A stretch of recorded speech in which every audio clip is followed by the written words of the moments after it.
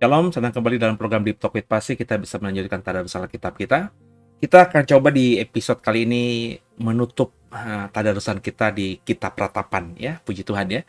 Berarti minggu depan kita akan melanjutkan tadarus Alkitab kita Deep Talk with Pasi ini dengan kitab yang baru, yakni kitab Yeremia. Ya, semoga kita bisa terus konsisten membaca Alkitab setiap hari. Kita sudah lewati perjanjian baru semuanya. Dan mungkin tahun ini ya paling tidak kalau tidak bisa selesai tahun ini, tahun depan ya kita sudah selesaikan seluruh perjanjian lama, sehingga kita sudah seluruh 66 kitab ya, 39 di perjanjian lama, 27 di perjanjian baru sudah kita baca secara sistematis kitab per kitab. Nanti episode atau rangkaian berikutnya tadarus Alkitab kita, saya mau setting yang agak berbeda gitu ya. Entah gimana, nanti lihat aja lah. Masih lama, biar nanti Tuhan kasih rema yang berbeda gitu ya. Nanti kita bagikan, kita pokoknya terus sampai nanti Tuhan datang, sampai saya mati paling tidak ya. Sampai saya selesai di dunia ini, saya mau tiap hari bawa saudara untuk membaca Alkitab ya. Seberapapun yang banyak yang mengikutinya ya, saya serahkan aja ya. Karena memang untuk setia membaca Alkitab itu sesuatu yang memang berat ya. Saya saja, jujur saja, kalau memang ngikutin daging berat ya. Membaca satu pasal sehari paling tidak ya, diseringkan itu ya berat. Tapi ya oke, saya jalani karena saya tahu manfaatnya buat saya. Ya saya nggak berpikir buat saudara dulu, buat saya juga dulu ya. Karena saya harus mengasihi diri saya sendiri. Dengan saya bisa mengasihi diri saya sendiri, saya baru bisa mengasihi sesama manusia. Kasihilah sesama manusia seperti kau mengasihi dirimu sendiri. Jadi saya dulu gitu ya.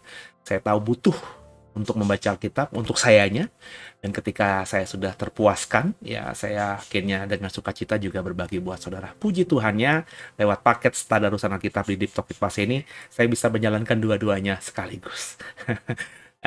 Kecanggihan teknologi harus kita pakai dengan manfaat, dengan hikmat yang dari Tuhan, sehingga kita bisa instan ya, melakukan sesuatu dengan lebih cepat, tapi tentu yang menyenangkan hati Tuhan.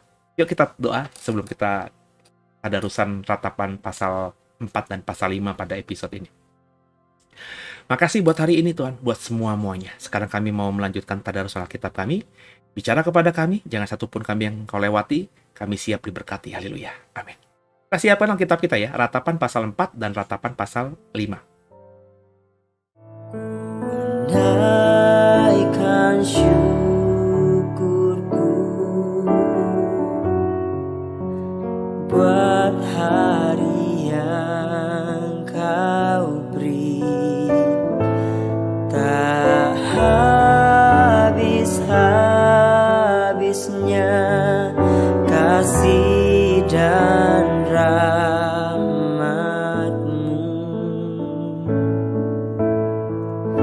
Selalu baru dan tak pernah terlambat pertolongan-Mu, besar setiamu di sepanjang hidupku. Ya, Ratapan pasal 4 ya. Saya akan baca buat saudara perikopnya sengsara Sion yang dahsyat. Ayat 1. Ah, sungguh pudar emas itu. Emas murni itu berubah.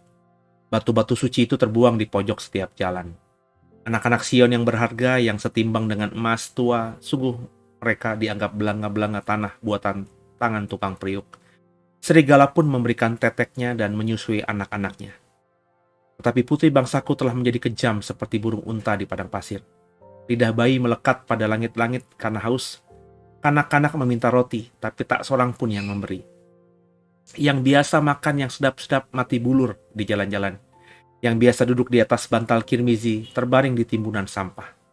Kedurjanaan putri bangsaku melebihi dosa Sodom, yang sekejap mata dibongkar bangkir tanpa ada tangan yang memukulnya. Pemimpin-pemimpin lebih bersih dan dari salju dan lebih putih dari susu. Tubuh mereka lebih merah daripada merjan, seperti batu nilam rupa mereka. Sekarang rupa mereka lebih hitam daripada jelanga. Mereka tidak dikenal di jalan-jalan. Kulit mereka berkerut pada tulang-tulangnya, mengering seperti kayu. Lebih bahagia mereka yang gugur karena pedang daripada mereka yang tewas karena lapar, yang merana dan mati sebab tak ada hasil ladang. Dengan tangan sendiri wanita yang lemah lembut memasak anak-anak mereka untuk makanan mereka tak kalah runtuh putri bangsaku. Tuhan melepaskan segenap amarahnya, mencurahkan murkanya yang menyala-nyala dan menyalakan api di Sion, yang memakan dasar-dasarnya. Tidak percaya raja-raja di bumi, pun seluruh dunia, penduduk dunia, bahwa lawan dan seteru dapat masuk ke dalam gapura-gapura Yerusalem. Hal itu terjadi oleh sebab dosa nabi-nabinya dan kedurjanaan imam-imamnya, yang di tengah-tengahnya mencurahkan darah orang yang tidak bersalah. Mereka terhuyung-huyung seperti orang buta di jalan-jalan, cemar oleh darah, hingga orang tak dapat menyentuh pakaian mereka. Singkir, najis, kata orang kepada mereka. Singkir, singkir, jangan sentuh. Lalu mereka lari dan mengembara. Maka berkatalah bangsa-bangsa, mereka tak boleh tinggal lebih lama di sini. Tuhan sendiri mencerai-beraikan mereka. Tak mau lagi ia memandang mereka. Para imam tidak mereka hormati, dan orang-orang tua tidak mereka kasihani. Selalu mata kami merindukan pertolongan, tapi sia-sia. Dari menara penjagaan kami menanti-nantikan suatu bangsa yang tak dapat menolong. Mereka mengintai langkah-langkah kami, hingga kami tak dapat berjalan di lapangan-lapangan kami. Akhir hidup kami mendekat, hari-hari kami sudah genap. Ya, akhir hidup kami sudah tiba. Pengejar-pengejar kami lebih cepat daripada burung Raja Wali di angkasa. Mereka memburu kami di atas gunung-gunung, menghadang kami di padang gurun. Orang yang diurapi Tuhan, nafas hidup kami tertangkap dalam pelubang mereka. Dia yang kami sangka dalam naungannya kami akan hidup di antara bangsa-bangsa. Bergembiralah, bersukacitalah, hai putri Sion. Engkau yang mendiami tanah Us, juga kepadamu piala akan sampai. Engkau akan menjadi mabuk, lalu menelanjangi dirimu. Telah hapus kesalahanmu, putri Sion. Tak akan lagi Tuhan membawa engkau ke dalam pembuangan. Tapi kesalahanmu, putri Edom, akan dibalasnya, dosa-dosamu akan disingkapkan. Apa yang kita bisa baca di pasal 4 ini, ya tentu bicara mengenai bagaimana kembali Yeremia mengekspresikan ya apa yang disaksikan, apa yang dilihatnya, bahwa semuanya yang hebat tentang Yehuda, kemasyuran Yerusalem dan seisinya, termasuk istana raja, termasuk bait Allah, semuanya sudah hancur. Yeremia bahkan mengekspresikan dengan bahasa yang luar biasa. Seseorang yang diurapi Tuhan, tentu dalam hal ini raja ya, yang dianggap akan menjadi pelindung bagi mereka, rakyat Yehuda, rakyat Israel, tertangkap dengan mudahnya dan diperlakukan dengan mengenaskan. Ya, kalau kita tahu raja-raja Yehuda yang memimpin di zaman Yerusalem ditaklukkan Babilonia, itu kan mengenaskan ya. Ada yang matanya dicungkil ya. Mereka tadinya duduk di istana raja, tiba-tiba diseret sebagai seorang yang seolah-olah lebih rendah daripada budak. Dan raja-raja Yehuda kan raja-raja yang diurapi. Karena mereka keturunan Daud dan Salomo, diurapi oleh minyak, tentunya minyak urapan, minyaknya Tuhan. Oleh imam besar dan seterusnya. Dan nabi-nabi. Ya, tapi ternyata ketika orang yang diurapi ini tidak bisa membawa Israel hidup terus senantiasa dalam pertobatan, kekudusan itu tidak bisa dijaga, maka seseorang yang dianggap diurapi juga bisa diperlakukan atau akhirnya bisa dilihat orang tidak mengalami tidak kelihatan seperti orang yang diurapi. Ya, seorang raja dicungkil matanya itu bagaimana? Oleh musuh loh, saudara ya. Bukan karena penyakit, bukan karena keadaan, akhirnya dia harus mencungkil matanya atau dibuang matanya, tapi ini karena dicungkil secara paksa oleh musuh. Ya, makanya seorang yang diurapi itu bertanggung jawab atas orang yang ada di bawahnya. Kepala rumah tangga, seorang ayah, seorang suami, itu adalah orang yang disebut pemimpin dalam rumah tangga. Dalam iman Kristen, suami itu diurapi. Ya. seseorang yang diurapi. Dia harus bertanggung jawab bukan cuma buat dirinya, tapi buat istri, anak-anak, nanti kalau punya mantu, kalau punya cucu, atau seluruh isi rumahnya. Seorang pemimpin perusahaan, seorang yang memiliki usaha, seorang gembala jemaat, seorang pemimpin dimanapun dia berorganisasi. Kalau kita pakai Alkitab sebagai acuan, orang-orang yang disebut pemimpin itu orang-orang yang mestinya diurapi. Mungkin hari ini karena bukan Kristen tidak, atau Kristen tapi tidak memahami ini, tidak diurapi kepalanya dengan minyak. Itu tergantung aplikasi atau ekspresi iman masing-masing hari ini ya. Tapi kita samakan dengan orang yang diurapi. Pemimpin itu orang yang diurapi. Maka harus bertanggung jawab. Dalam konteks inilah saya harus bertanggung jawab atas keluarga saya, keluarga inti saya, yang tinggal di rumah saya ini. Saya bertanggung jawab sebagai gembala dengan orang-orang yang melayani atau berjemaat bersama kami. Tentu dengan jemaat The Way yang tersebar di beberapa daerah, karena kita juga sudah online begitu ya. Paling tidak, ya kalau saya harus mengunjungi mereka kan waktu dan lain sebagainya. Paling tidak yang saya bisa kerjakan, saya mengajar kebenaran Alkitab itu dengan berusaha sebertanggung jawab mungkin. Saya tidak mengajarkan Alkitab yang indah-indah semata, tapi saya coba menyingkapkan perspektif lain yang selama ini ditutupi oleh, entah dengan sengaja apa tidak sengaja, oleh banyak pendeta, oleh banyak hamba Tuhan, oleh gereja, atau oleh zaman, atau oleh sejarah. Yang saya dapatkan, yang saya bagikan. Meskipun resikonya ya memang orang tidak suka dengan apa yang saya ajarkan dan lain sebagainya. Tapi saya mengenyampingkan like or dislike. Sebab saya harus bertanggung jawab atas nasib, paling tidak nasib kekekalan mereka. Dan juga kalau saya tahu ada jemaat kita yang memang membutuhkan bantuan sungguh, dalam artian ya mereka sudah maksimal, tapi karena satu dan lain hal mengalami sesuatu yang berat, ya gereja harus menopang. Tapi ada beberapa saudara, maafkan saya, yang sudah kita support, tapi bebal gitu. Sudah kita nasihati, tapi bebal. Datang dengar khotbah, tapi khotbah tidak dihidupi. Ini yang mengerikan gitu. Ini sesuatu yang bagi saya, ya bagaimana gitu ya. Dengan segala cara sudah saya bagikan, agar dia mengerti dan merubah. Paling tidak pola pikirnya, nanti aplikasinya juga hidupnya tertata lebih baik lagi. Sudah dinasehati dengan segala cara tetap bebal, ya gimana saudara? Ya. Nah, apakah orang yang memang seperti ini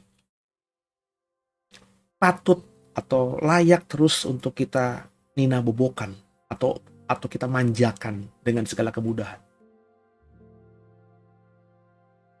Nangkap ya saudara ya? Ini orang berarti kan yang memilih. Dia hidup seperti itu. Dia gak mau keluar dari situ. Dia gak mau keluar dari zona susahnya. Dia menikmati. Dan dia memakai problem hidupnya sebagai alat untuk hidup begitu. Ya, saya dapat berita di minggu lalu, saya bagiin sama istri saya sambil nganter anak sekolah atau jemput anak sekolah. Di daerah Cilegon, ya, Banten, ada anak diculik 2 orang. Ibu bapaknya kelimpungan, diculik saat di mall. Dari CCTV ketahuan, digandeng sama laki-laki. Anaknya hilang beberapa hari, kemudian ternyata diketemukan oleh seseorang yang orang tuanya ketika sadar anaknya hilang, terus oleh beberapa kerabat tetangga yang sayang sama mereka, foto anak-anak ini di-blast di sosial media, di Facebook, di Instagram, dimanapun, minta bantuan gitu ya. Tolong kalau ada yang lihat anak ini, bisa infokan ke ini atau ke polisi terdekat, kantor polisi terdekat. Ternyata ada orang yang memperhatikan informasi itu, kemudian kayaknya melihat sosok seperti anak di foto yang dia dapatkan dari sosial media itu, dari Facebook. Ya. Kemudian, apa namanya, difoto, dan dia sampaikan ke sosial media yang memblas informasi itu. Kebetulan orang tuanya, kalau tidak salah informasi demikian. Jadi orang tuanya ngirim, mempublikasikan di Facebook bahwa anaknya ini, fotonya ini hilang hari ini dengan pakaian begini-gini di di mall ini. Terus ketika ada orang melihat sepertinya itu anaknya yang hilang, dia messenger gitu, DM gitu di Facebook. Sang bapak langsung ke kantor polisi dengan informasi tadi, langsung ternyata ketemu di suatu pusat perbelanjaan atau di mall gitu di wilayah Cilegon. Anak ini sedang duduk sama yang menangkapnya, meminta-minta dengan atribut-atribut yang memelas. Jadi rupanya ada sekarang anak diculik untuk dijadikan objek penderita gitu ya, untuk mendapatkan uang dari orang-orang tertentu yang jahat. Ya saya beberapa kali tergerak hati saya untuk menolong. Ini bukan ria ya, bukan untuk menyombongkan diri. Beberapa waktu lama yang lalu, saya melihat ada orang di sekitaran Alam Sutra, dekat sport club Alam Sutra. Ya. Sore-sore sekitar jam 6, jam 7 begitu. 5, 6, pokoknya udah gelap lah ya. Saya dari arah Jakarta mau masuk ke Alam Sutra, harus lewati sport club. Saya lihat ada bapak-bapak dengan memakai pakaian-pakaian yang Teletubbies begitu, saudara. Kepalanya yang besar itu, kostum kepala yang besar itu ditenteng di sebelah kanan, dan dia menggandeng anak laki-lakinya. Masih kecil, mungkin masih sekitar, ya kalau dia sekolah mungkin kelas 1, kelas 2. Sekitaran umur paling tua 7 tahunan. Masih kecil sekali, tenteng gitu ya. Saya bilang dalam hati saya, wah kasihan sekali nih bapak gitu ya. Malam-malam kerja, terus anaknya ikut, tidak berpikir apa-apa. Cuman karena posisi saya saat itu sedang tidak posisi baik, saya melewati aja. Menyesal dalam hati kenapa nggak berhenti. Tapi karena memang susah lewatnya, ya saya lewati. Nah, kali berikutnya saya mendapati itu dari jauh. Saya melihat dari jauh. Saya berhenti di posisi yang baik gitu ya. Dan saya memberikan dengan sukacita sejumlah rupiah apa yang saya sukarela memberikan kepada bapak ini. Ya lega gitu ya, paling tidak sesuatu yang kemarin tidak bisa saya kerjakan sudah saya kerjakan. Saya belajar hidup itu sesuai dengan apa yang hati nurani keluar gitu Bapak Ibu. Tapi setiap sore saya lihat kok seperti ini gitu. Ya kan saya jadi curiga, apakah ini modus, kok jamnya selalu tepat ya. Selalu ada di posisi yang kurang lebih di situ, duduknya di situ, dan lain sebagainya. Sama juga kalau saya pagi-pagi itu ya, kalau dari ngantri anak saya sekolah di Villa Melati Serpong, itu kalau mau keluar dari Villa Melati ke Jalan Raya Serpong, selalu ada ibu-ibu pagi-pagi. Saya ngantri anak kan pagi-pagi, sekitar jam 7, ya. Itu ada ibu-ibu duduk di trotoar dengan pakaian yang kurang lebih sama dengan anaknya yang masih kecil di pangku. Posisinya setiap hari selalu begitu. Dan saya mendapatkan informasi tadi tentang anak yang diculik itu, saya berpikir, apa ini modus ya? Ya. Jadi mereka itu, kalau terpaksa ya saudara ya, kalau terpaksa karena keadaan dia susah, kita masih bisa terima. Tapi dengan cerita-cerita tadi, dengan modus yang saya lihat tadi, saya berpikir orang-orang ini, si bapak dan si ibu ini menggunakan mungkin kemiskinan mereka, mungkin menggunakan keadaan mereka untuk mencari hidup. Mereka tidak mau keluar dari zona itu. Mereka bahkan menikmati zona itu. Mereka menggunakan anak-anak mereka yang mestinya nggak harus di situ. Ya, kalau saya lihat mereka berjalan pulang, entah itu cuma rumah petak, kan mestinya punya tempat tinggal. Mestinya anak yang masih kecil tidak dibawa keluar untuk hal-hal seperti ini. Ya saya melihat itu, saudara. Saya melihat itu. Nah, jujur saja kalau saya mengamati hal itu, kalau saya nggak digerakkan Tuhan, saya tidak akan memberi kepada orang-orang yang seperti ini. Sebab orang-orang ini orang-orang malas dan orang yang memang menggunakan keadaan mereka untuk hidup. Mereka dikasih bisnis, saya yakin nggak akan mau. Mereka dikasih pekerjaan, saya yakin nggak akan mau. Karena dengan hal seperti itu, mereka bisa hidup. Belum lama saya makan sama istri, karena waktu jemput anak sekolah masih lama, makan di daerah Villa Melati, makan gado-gado. Gado-gado gerobak pinggir jalan. Kita makan di mobil. Terus tiba-tiba lagi makan gado-gado, ada Gojek ya, itu yang mungkin dipesan untuk beli tepung terigu, gula dan lain sebagainya lah, diplastikin kilo-kiloan gitu. Itu pecah, kayak kedengaran bunyi ledakan gitu. Terus ternyata saya pikir ada beberapa plastik yang jatuh. Jadi ibu ini, ojek yang saya tahu akhirnya ibu-ibu gitu ya, Gojek ini plastiknya bolong gitu. Jadi ada beberapa yang jatuh dan cukup kencang, karena motornya juga cukup kencang dan ya kayak gitu ledakan. Saya kaget juga, ada apa nih? Saya pikir roda dia pecah gitu. Ternyata, wah, ada putih-putih di jalan. Oh, tepungnya pecah. Ini salah si Gojek ini ya, yang tidak mengemas dengan baik.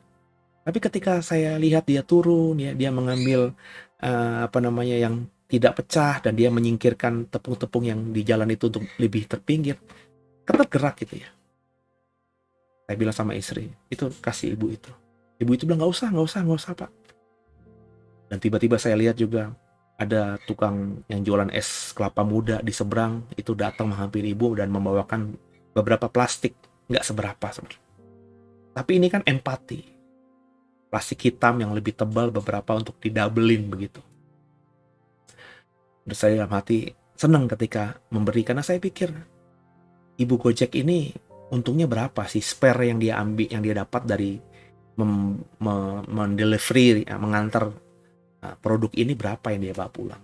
Kalau pecah 2 kilo, dan kalau tepung atau gula sekitar 16.000, 2 kilo aja yang pecah kan sudah 30.000. Saya yakin keuntungan dia mendapatkan jasa dari membeli di toko dan mengantarkannya ke yang mesen itu nggak sampai segitu juga ya. Dan kalaupun lebih ya untungnya kan semakin sedikit. Tapi sukacita sebenarnya. Jadi kita belajar saudara untuk berempati gitu. Apa yang dilihat oleh Yeremia itu bukan cuma berempati atau kasihan terhadap bangsanya, tapi Yeremia juga mengajar yang benar kepada rakyat Yehuda yang tertinggal untuk bertobat. Karena semua kehebatan yang dirasakan di masa lalu sekarang sudah hilang. Karena Tuhan mengizinkan penghukuman terjadi atas Yehuda. Coba kita lanjutkan ayatnya. Kita lanjutkan saudara ya. Kita baca ayat berikutnya. Doa untuk pemulihan. Ingatlah ya Tuhan, apa yang terjadi atas kami. Pasal 5 ya, ayat 1. Pandanglah dan lihatlah akan kehinaan kami. Milik pusaka kami beralih kepada orang lain. Rumah-rumah kami kepada orang asing. Perhatikan saudara. Kami menjadi anak yatim, tak punya bapa, dan ibu kami seperti janda. Air kami minum dengan membayar. Kami mendapat kayu dengan bayaran. Kami dikejar dekat-dekat, kami lelah. Bagi kami tidak ada istirahat. Kami mengulurkan tangan kepada Mesir dan kepada Asyur untuk menjadi kenyang dengan roti. Mengemis maksudnya. Bapak-bapak kami berbuat dosa, mereka tak ada lagi, dan kami yang menanggung kedurjanaan mereka. Pelayan-pelayan memerintah atas kami, dan melepaskan kami dari tangan mereka tak ada. Dengan bahaya maut ayat 9, karena serangan pedang di padang gurun, kami harus mengambil makanan kami. Kulit kami membara laksana perapian, karena nyerinya kelaparan. Mereka memperkosa wanita-wanita di Sion dan gadis-gadis di kota-kota Yehuda. Pemimpin-pemimpin digantung oleh tangan mereka. Para tua-tua tidak dihormati. Pemuda-pemuda harus memikul batu kilangan. Anak-anak terjatuh karena beratnya pikulan kayu. Para tua-tua tidak berkumpul lagi di pintu gerbang. Para teruna berhenti main kecapi. Lenyaplah kegirangan hati kami. Tari-tarian kami berubah menjadi perkabungan. Mahkota telah jatuh dari kepala kami.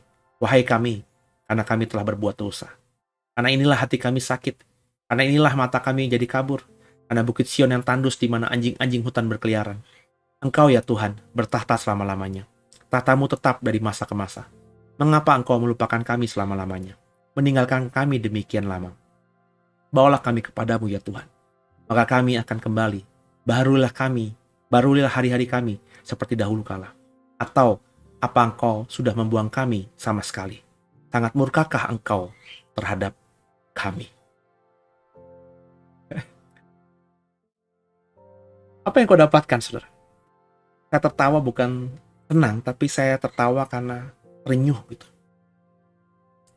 Menampar saya, mengingatkan saya akan kebodohan gitu. Kebodohan saya, kebodohan banyak orang yang saya perhatikan. Pak, Bu, ketika kita sudah bertobat, kita menyadari kesalahan kita seperti yang sudah saya bagikan di tadarus sebelumnya, di episode sebelumnya. Penting kita datang kembali kepada Tuhan. Datang kembali kepada Tuhan itu bukan cuma sekedar dengan pertobatan, tapi juga dengan memelas. Tuhan itu, kalau kita membaca biografi Tuhan Yesus, artinya penuh dengan belas kasihan.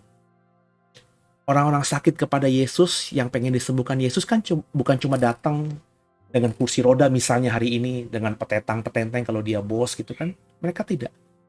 Mereka datang dengan cacat mereka, dengan sakit mereka sambil, Tuhan tolong, aku mohon bantuanmu. Tolong aku sembuhkan kami, Yesus. Yesus anak Daud, tolonglah kami. Dengan hati yang memelas, maka Yesus berbelas kasihan atas mereka. Hatinya penuh dengan belas kasihan. Sehingga meskipun dia lelah, meskipun dia capek, baca baik-baik biografinya Yesus di dalam kitab Injil. Dia akhirnya tetap melawat mereka, menolong mereka, mendoakan mereka, memberikan mujizat kepada mereka. Nah, Yeremia pasal 5 ini juga ditutup dengan, Tuhan, masakan kau melupakan kami? Kalimat terakhir itu kan kalimat yang membuat orang yang membacanya terenyuh gitu ya. Masakan kau sudah melupakan kami? Berapa banyak orang Kristen yang ketika ada masalah, sadar dia berdosa, terus bertobat, terus ingin agar hidupnya dipulihkan, datang kepada Tuhan dengan kalimat-kalimat yang kurang lebih mirip-mirip nadanya. Ada Bapak Ibu yang berdoa kepada Tuhan gitu ketika kita sedang susah. Bapak yang baik, aku emang salah. Bodoh aku, dosaku sangat banyak. Aku bertobat. Maafkan dosaku. Tolong pulihkan aku. Sekarang kondisi keuanganku kacau. Gak bisa membiayai anak-anakku. Rawatlah aku, pulihkan aku. Apakah aku tidak lagi layak padamu Tuhan? Apakah kau benar-benar tidak mau memaafkan aku? Nah, kita kadang-kadang, saya bertanya, pernah gak kita berdoa, memohon kepada Tuhan dengan nada seperti itu? Dengan hubungan cerita saya tadi, ilustrasi saya. Orang-orang yang menggunakan kondisi hidupnya yang susah itu untuk hidup gitu ya. Gak mau keluar dari zona itu. Dia sudah nyaman dengan itu. Dia cacat, cari hidup dari cacatnya. Dia tidak berpendidikan alias tidak punya ilmu. Dia cari hidup, bisa hidup, mau hidup dengan mengeksplor kebodohannya itu. Dia mengasihani diri sendiri supaya orang berbelas kasih kepadanya. Pertanyaan saya, kalau itu saudara ya, maka saudara pernah berdoa yang seperti itu atau memposisikan dirimu seperti itu kepada Tuhan gitu? Daripada kita, Pak, minta sedekah Pak, buat hidup Pak, saya belum makan Pak, pada orang-orang lain. Apa nggak mending kita berdoa kepada Tuhan dengan sikap dan gestur dan bahasa yang seperti itu? Tuhan, aku lapar ini. Belum makan. Sama sekali. Emang aku salah. Kemarin uang yang dipercayakan kau, kugunakan untuk hal-hal yang bodoh. Habis semuanya. Karena aku pengen makan Tuhan. Berikan aku makan. Apakah engkau sudah lupa sama aku? Apakah engkau tidak memaafkan aku? Apakah kau ingin aku mati kelaparan Tuhan? Masakan aku datang kepadamu, kau tidak lagi mau membuka pintumu, pintu berkatmu dan maafmu untuk aku. Nah, nada-nada seperti itu pernah gak kita bawa kepada Tuhan? Kalau bagi saya, dalam hidup saya bilang saya bertobat di usia 27 tahun. Sampai seusia saya sekarang. Saya tidak pernah ngemis kepada manusia. Ngemis kepada Tuhan pun, dengan nada tadi, jarang. Tapi ada kali beberapa. Dan saya harus akui, ya di atasnya tidak, di atas tidak. Saya lebih baik ngemis kepada Tuhan dengan nada seperti itu, daripada merendahkan diri saya ngemis kepada orang lain dalam konteks apapun. Maka saya jadi orang yang pride. Seingat saya, bukannya sombong nih, saya nggak pernah minta-minta. Andai kata harus minta-minta pun, saya minta-mintanya kepada Tuhan. Jadi, yang saya dapatkan dari pembahasan tadarusan ratapan 4 dan 5 ini, ayo datang kepada Tuhan. Rendahkanlah dirimu di hadapan Tuhan. Jika harus memelaslah pada Tuhan. Dan kalau kita datang dengan sungguh, masakan Tuhan tidak pulihkan kita. Semoga yang saya bagikan jadi berkat buat saudara ya.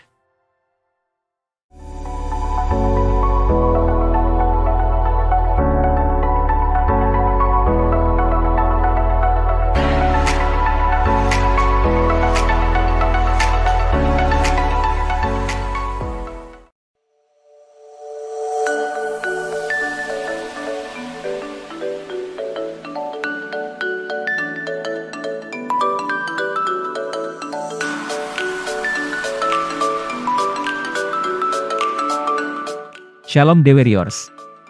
Kami mengucap syukur dan juga berterima kasih atas dukungan saudara atas channel YouTube The Warriors sampai saat ini.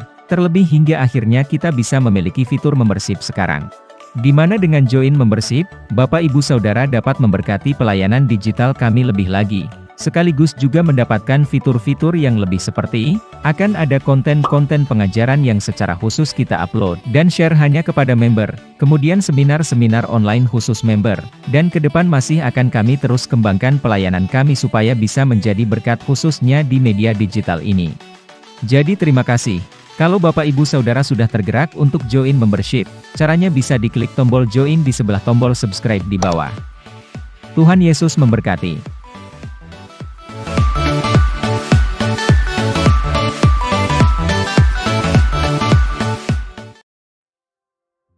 Ya Bapak Ibu, kita sudah selesaikan ratapan, dan saya bersyukur saya diingatkan kembali soal ayat-ayat dalam kitab ratapan ini. Karena seperti Bapak Ibu tentu, meskipun ratapan ini pernah saya baca ketika saya membaca kitab secara kronologis gitu ya, beberapa kali. Tapi termasuk kitab yang jarang sekali saya baca secara khusus gitu. Ya bukan dalam rangkaian tadarusan atau agenda pribadi saya dalam membaca kitab, tapi biasanya kan gini, kalau saya sedang nggak ngapa-ngapain gitu ya, pengen baca Alkitab gitu ya, bukan dalam rangkaian membaca Alkitab kronologis ya, di waktu-waktu yang tentatif gitu. Kan kalau mau baca Alkitab, saya pilihannya kan pasti cerita-cerita atau membaca kitab yang ceritanya enak gitu, yang menghibur, yang kira-kira mendapatkan inspirasi gitu ya. Dan dengan nama judulnya ratapan aja kan kayaknya secara manusia, ngapain kita baca ratapan gitu ya, isinya ratapan gitu, isinya kayaknya sedih mulu gitu ya. Kita kan mau sukacita, mau baca Alkitab jadi sedih gitu. Tapi ya tadi, karena itu saya termasuk jarang membaca ratapan dibanding kitab-kitab lain secara tentatif gitu ya. Secara sporadis jarang sekali. Tapi dengan tadi ya, saya diingatkan lagi sebagai tanggung jawab untuk bertadarusan, memimpin tadarusan ini untuk saudara. Dari pasal 1, 2, 3, 4, 5. Saya kira mengerti kenapa ratapan ini masuk dalam bagian dari firman Tuhan di Alkitab kita. Ya, bahwa penting juga kita untuk meratap itu ketika situasi buruk terjadi atas kita. Bukan menyalahkan keadaan, bukan menyalahkan orang lain, tapi introspeksi diri. Meratap itu adalah introspeksi diri. Ada caranya tadi, ya, bertobat, menyadari kesadaran kemudian bertobat, terus datang kepada Tuhan, dan bukan cuma datang kepada Tuhan. Ketika Bapak Ibu bertobat karena kau sudah salah, kau terpuruk ekonomi, sakit berat, vonis dokter kita mati beberapa bulan lagi. Kita udah bertobat nih, ya. Kita bukan datang kepada Tuhan untuk ke gereja gitu aja, tapi benar-benar meratap sama Tuhan, ya, memelas sama Tuhan. Dengan kalimat-kalimat seperti yang Yeremia tulis tadi di ayat-ayat terakhir di pasal 5 yang saya bagikan kepada saudara. Ketika kita sudah bertobat, nggak ada lagi dosa. Kalau kita bertobat kan, ketika minta ampun kan dosa kita diampuni. Maka tidak lagi ada halangan dosa di antara kita. Sebab kalau masih ada dosa, tanpa kekudusan tidak seorang pun bisa melihat Allah. Tapi kalau dosa sudah tidak ada di antara kita dengan Tuhan, kita langsung bisa menghadapnya. Maka apapun kalimat kita, kalimat memelas kita kepada Tuhan, aku yakin, dia meskipun masih kesel sama kita, andai kata dia kesel, dia meskipun masih marah sama kita, andai kata Tuhan marah atas segala dosa kita, dengan kalimat memelas kita, dia yang saya tahu dalam diri Yesus itu selalu penuh dengan belas kasihan, akan mendengarkan keluh kesah kita. Dan ketika dia melihat kita sudah bertobat dengan sungguh, dia akan peluk kita, berikan kehangatan buat kita. Bukan cuma kehangatan, dia pasti akan kasih makan, minum, pakai kita semuanya. Semoga saudara memahami ini dan melakukannya. Tundukkan kepala, kita doa. Makasih Tuhan buat rema yang kami dapatkan di episode kali ini. Terima kasih buat kitab ratapan yang kami sudah selesaikan. Dan berkati kami sehingga masuk di kitab Yeremia di minggu depan, kami terus mendapatkan hikmat marifat yang datang dari Tuhan. Kami tidak akan henti baca Alkitab sampai kami mati. Ampuni salah dosa kami. Yesus Kristus adalah Tuhan Juru Selamat kami yang hidup, dan ke dalam tangan-Mu lah kami serahkan tubuh, jiwa, dan roh kami. Haleluya. Sampai jumpa di minggu depan. Jangan lupa nanti hari Minggu dengarkan khotbah saya. Saya akan membagikan tentang apa yang Tuhan berikan di hati saya, pikiran saya tentang tatanan dunia yang baru itu. Ya. Dan ya, saya mau bagikan sesuatu kepada saudara. Jangan, saya nggak mau spoiler, tapi luangkan waktu saudara beribadah bersama Dawe di hari Minggu nanti. Walaupun karena satu dan lain hal tidak bisa mengikuti yang live-nya atau datang ke gereja, Bapak Ibu bisa mengikuti siaran tundanya di channel YouTube Dawe di sini. Saya yakin semua akan diberkati. Karena saya ketika menggalinya dan mendapatkan hikmat dari Tuhan, saya sungguh diberkati. Tuhan Yesus memberkati semuanya. God bless you all. Haleluya.